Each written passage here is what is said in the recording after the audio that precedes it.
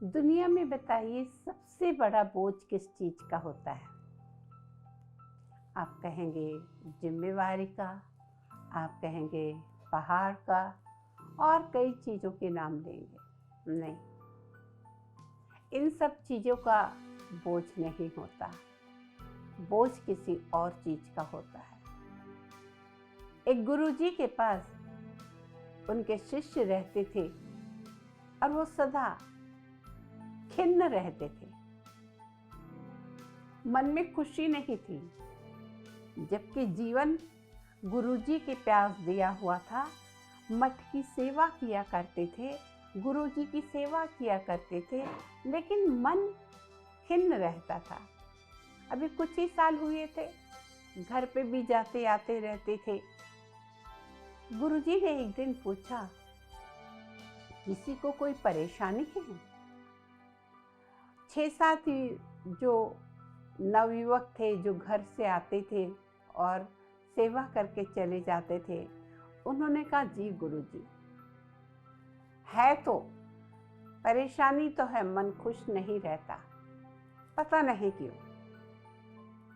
गुरुजी ने कहा, ठीक है, एक काम करो, कल बड़े बड़े आलू लेके आना। कितने आलू लेके आना? जितने व्यक्ति से तुम्हें नफरत है, और उस आलू पे पेन से उन व्यक्तियों का नाम भी लिख के लाना। एक थैले में बड़े बड़े आलू और उस पे नाम।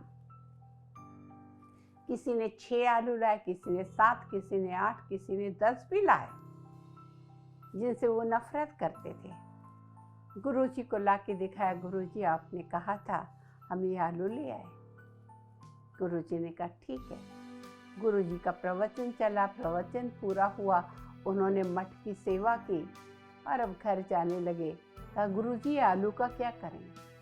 गुरुजी ने कहा, ये आलूओं को तुम्हें 7 दिन तक 24 घंटे अपने साथ रखना है।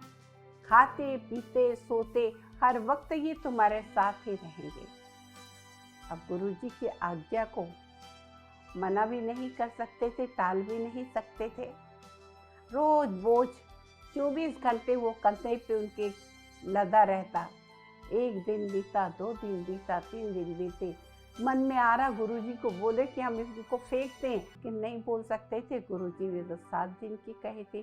कुछ आलू तो सड़ गए, उनमें बदबू भी आने लगी, लेकिन क्या करते? गुरुजी ने कहा था 7 दिन के बाद ही मुझे दिखाना। रोज आते थे, गुरुजी देखते थे उनके कंधे पे टंगा हुआ है थैला, और वो वैसे ही सुनते प्रवचन, वैसे ही सेवा करते, भोजन विजन करते और वहां से फिर घर चले जाते। अब गुरुजी ने बोला था तो सत्य को तो पालन करना ही था। 7 दिन के बाद आए और इतने जोरों से सबने अपने अपने थैले पटके, गुरुजी ये थैले रखिए, ये आलू रखिए, पता नहीं आप क्या चाहते हैं हमसे, और ये बोझ ढोते ढोते हम तो बहुत परेशान हो गए। तब गुरुजी ने क्या कहा, सिर्फ जिन व्यक्तियों को आप नफरत करते हो उनके नाम लिखे थे, उनको 7 दिन तुम ढोते ढोते इतने परेशान हो गए, तुम कह रहे बदबू आने लगी। जिन व्यक्तियों से तुम नफरत करते हो, वो नफरत की बदबू तुम्हारे जीवन को खुश कैसे रहने देगी? अब समझ में आया कि तुम खुश क्यों नहीं रह सकते? तुम्हारे जीवन में खिन्नता क्यों है? क्योंकि तुम्हारे जीवन में नफरत है, और ये नफरत का बोझ दुनिया में सबसे बड़ा होता है। और हर इंसान इस समस्या से कहीं ना कहीं जूझता जरूर है। उसने मेरे मन लायक काम नहीं किया, वो खराब है। उसने मेरा कुछ बिगाड़ दिया, वो खराब है, उससे नफरत। जिससे भी थोड़ी कुछ अनबन हो गई, उससे नफरत। अरे एक बार हो गई बात, खत्म करिए ना। उसको ढोते क्यों रहते हो? ढोते रहते हो, और जब तक वो उतारोगे नहीं, वो तो बोझ रहेगा, और बोझ तो हमेशा परेशान ही करता है। और इसी के साथ एक बात याद आई। 2 सन्यासी जा रहे थे नदी किनारे। एक 17 साल की कन्या रो रही थी। एक साधु ने पूछा, क्या हुआ बहन, रो क्यों रही हो? कहा, नाव नहीं है और मुझे उस पार जाना है, मुझे तैरना नहीं आता। अब उनमें से एक साधु बहुत दयालु था, वैसे भी साधु सन्यासी दयालु रहते। उसने कहा, बहन मेरे कंधे पर बैठ जाओ, मैं तुम्हें नदी पार कर देता हूँ। और नदी पार कर दिया, उसको उतार दिया, वो तो चली गई। लेकिन जो दूसरा सन्यासी था, दूसरा ब्रह्मचारी था, वो रास्ते में हर आधे घंटे में उसको टोकता रहा। तुमने एक कन्या को छुआ, वो भी अपने कंधे पर बिठाए, ब्रह्मचर्य को खंडित करने वाली बात है।